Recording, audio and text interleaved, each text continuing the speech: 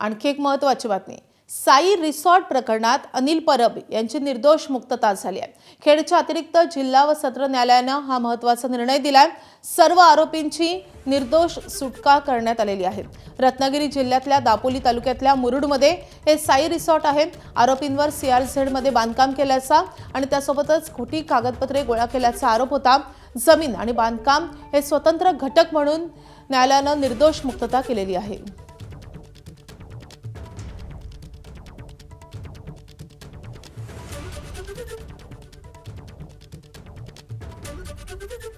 भारतात दोन प्रकारचे कायदे आहेत, म्हणजे जमीन एका व्यक्तीची असू शकते, त्यावरचा इमला दुसऱ्याचा असू शकतो।